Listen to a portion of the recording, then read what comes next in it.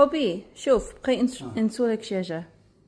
انا موسخ خدمتي بزاف خدمت كنت هاد. انا بقي نسولك على حسب الكلمة بعربية دارجة على حسب unsafe. بحال هي don't do that it's unsafe. كيفاش نقول بعربية دارجة؟ ما ديرش هكا هذا. ما تغامرش. don't put yourself in a risk. unsafe. like talking about that action no being unsafe.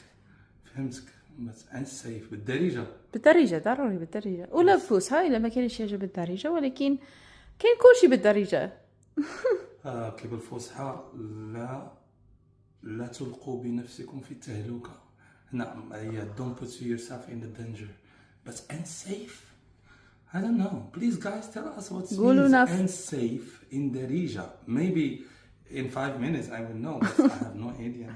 ولكن نسيتي دابا واخا قولوا لنا في الكومنتات الكلمة بعربية دارجة على حساب unsafe. ما تغامرش.